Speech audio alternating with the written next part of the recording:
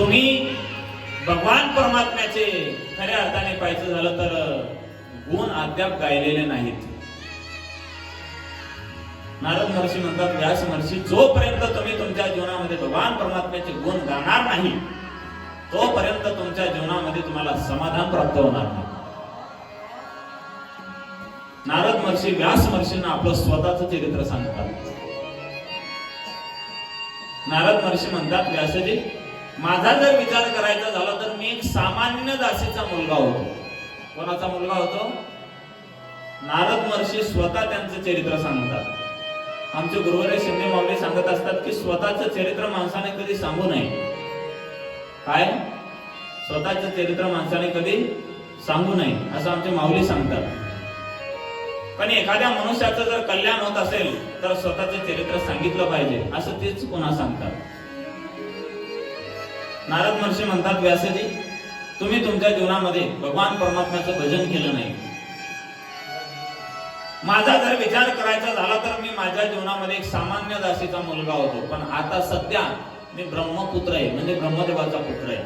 एक सामान्य दासीचा मुलगा ते ब्रह्मदेवाचा पुत्र, इथपर्यंतचा इतिहास कसा झाला मी थोडक्यात तुम्हाला सांगतो.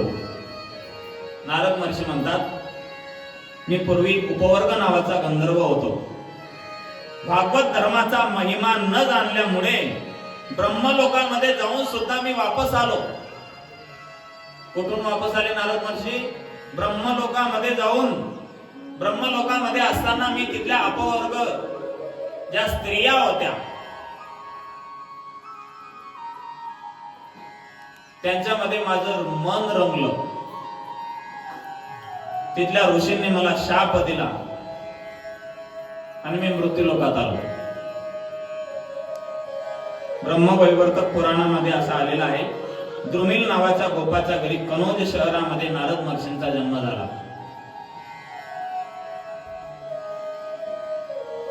नारद महर्षींचा जन्म झाला तेव्हा आणि काही दिवसानंतर नारद महर्षींचे वडील वारले. एकटी नारद महर्षींची आई आहे आणि नारद महर्षी आहे. ज्याच्या जीवनातून बाप निघून गेला ना,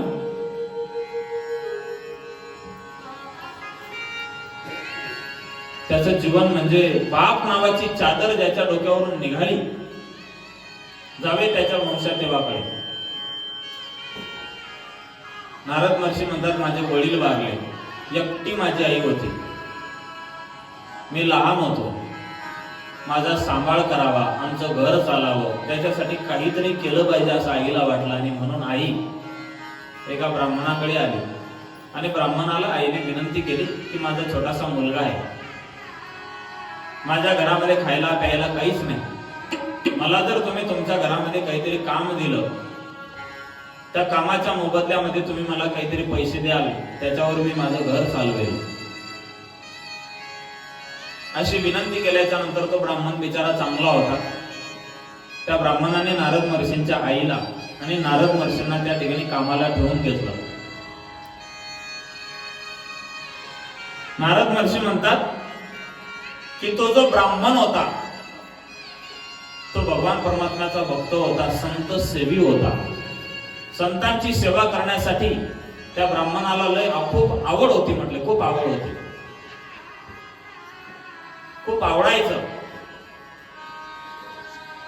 एक 2-3 महिने आम्ही तिथे राहिल्याच्या नंतर चातुर्मास सुरू झाला आणि चातुर्मासामध्ये त्या ब्राह्मणाच्या घरी काही संत मंडळी राहायला आले.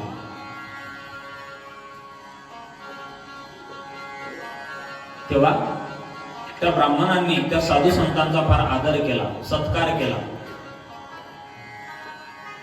आणि नारद महर्षी सुद्धा लहानपणापासून भगवान परमात्म्याची भक्ती, साधू संतांची आवड, संत समागमी धरावी आवडी, करावी तातडी परमार्थाची, संतांच्या सेवेमध्ये, संतांच्या संगतीमध्ये माणसाने परमार्थ केला पाहिजे. संतांच्या संगतीमध्ये जर आपण परमार्थ केला ना तर निश्चित आपल्याला भगवान परमात्म्याची प्राप्ती होते. नारद महर्षी म्हणतात, ते साधू संत 4 महिन्यासाठी त्या ठिकाणी आले. त्या ब्राह्मणाला त्यांनी सांगितलं की आम्हाला 4 महिने इथं राहायची आहे, आमची व्यवस्था ती इथे तुम्ही करून द्या. त्या ब्राह्मणाने त्या साधू संतांची उत्तम अशा पद्धतीने व्यवस्था केली. मी सुद्धा त्या साधू संतांची सेवा करण्यासाठी लागलो. त्या साधू संतांबरोबर मी सकाळी ब्रह्ममुहूर्तावर उठायचो. सकाळी भगवान परमात्म्याचे जे चिंतन करायचे मी सुद्धा चिंतन करायचो. दुपारी कथा करायचे, रात्री जागरण करायचे. भगवान परमात्म्याचं कीर्तन, भजन, प्रवचन दिवसभर चालू राहायचे. मी त्यांच्याजवळ भगवान परमात्म्याचं भजन, पूजन, श्रवण करायचो. मला सुद्धा भगवान परमात्म्याचे अजून आवड लागली. 4 महिने त्यांच्या सोबत माझे कसे गेले मला काहीच कळालं नाही. 4 महिने झाले आणि 4 महिन्याच्या नंतर ते साधू संत आपापल्या आश्रमाकडे जायला निघाले. तेव्हा त्या साधू संतांना मी म्हटलो की महाराज मला तुमच्या सोबत यायचं आहे, मला तुमच्या सोबत येऊ द्या. तेव्हा त्या साधू संतांनी सांगितलं, म्हटले नारदा तू लहान आहेस, तुझी आई घरी एकटी आहे, तू तुझ्या आईची सेवा कर. नारद महर्षी म्हणतात त्या साधू संतांनी मला असं सांगितलं आणि मी माझ्या आईची सेवा करण्यासाठी घरीच थांबलो. पण मी दररोज भजन पूजन करायचो. इतकं भजन पूजन करायचो की माझ्या आईला असं वाटायला लागलं की अरे बाबा हा साधू तर होणार नाही ना, हा ब्रह्मचारी तर राहणार नाही ना मंगेश महाराजांसारखा. आपल्या एखाद्या आईला आपला मुलगा चोर झाला तर चालतो, पण साधू झालेला चालत नाही.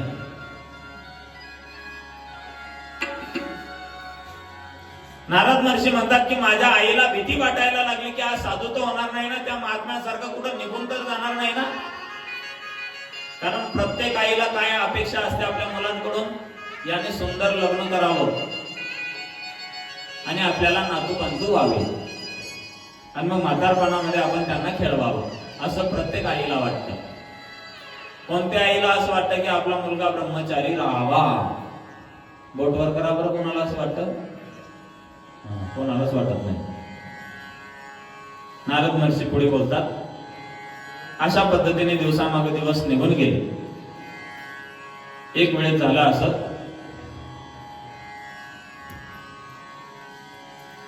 संध्याकाळची वेळ होती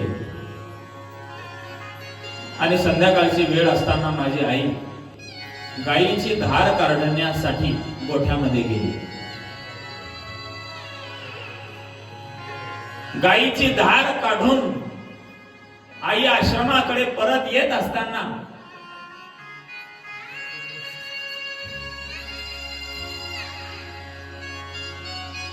आईचा पाय एका सापावर पडला.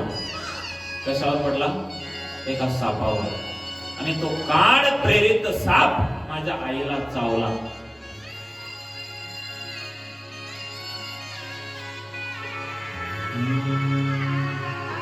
एकदा निर्गतां गेहा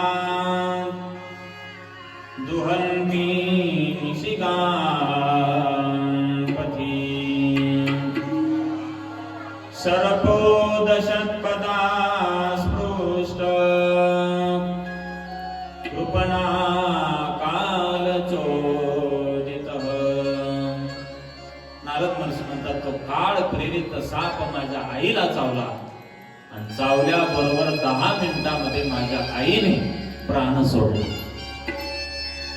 मी फार रडलो. अहो, ज्याचा पाय गेला त्याला पायाची किंमत विचारा, ज्याचा हात गेला त्याला हाताची किंमत विचारा, ज्याचा डोळा गेला त्याला डोळ्याची किंमत विचारा आणि ज्याच्या जीवनातून आई गेली त्याला आईची किंमत विचारा. नारद महर्षी म्हणतात माझी आई वारल्याच्या नंतर मी फार रडलो, पण मला आनंद सुद्धा वाटला की मी आता सुटलो. आता भगवान परमात्म्याची भक्ती करत असताना मला कोणी अडवणार नाही. नारद महर्षी म्हणतात माझ्या आईचं अंत्यसंस्कार मी केला आणि साधू संत ज्या रस्त्याने गेले होते त्या रस्त्याने मी निघालो. त्या साधू संतांना पाहण्याचा, शोधण्याचा मी भरपूर प्रयत्न केला, पण ते साधू संत मला भेटले नाही. नाही. दिवसभरापासून काही खाल्लेलं नव्हतं, पिलेलं नव्हतं. एका झाडाखाली मी बसलो. त्या झाडाजवळ एक तळं होतं. त्या तळ्यामध्ये मी स्नान केलं.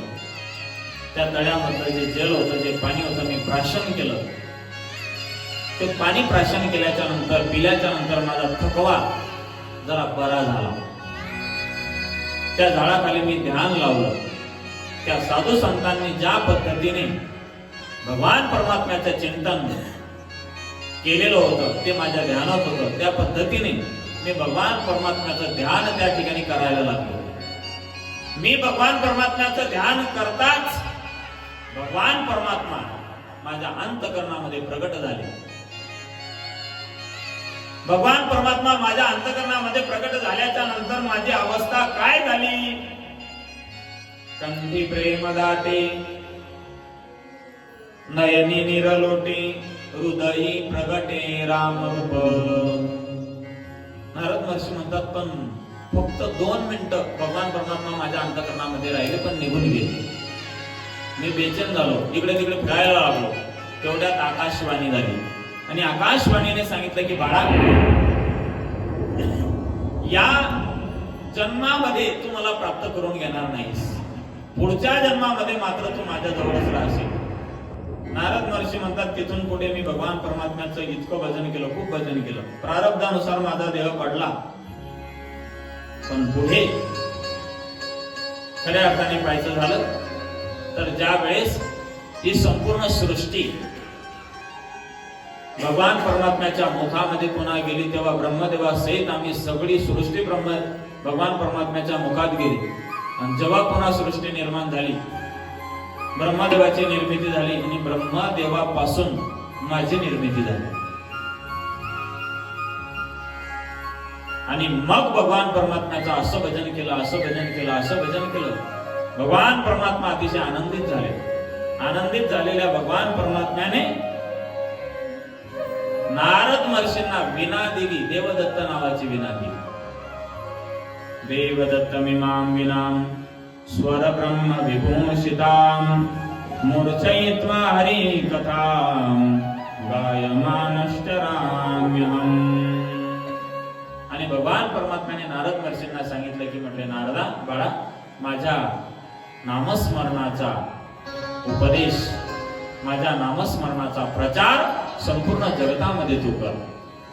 नारद महर्षी म्हणतात, व्यासजी, एक सामान्य दासीचा मुलगा मी होतो. भगवान परमात्म्याचं नामस्मरण मी माझ्या जीवनामध्ये केलं. आज मी ब्रह्मपुत्र झालो आहे. आणि आज मी कुठेही जाऊ द्या,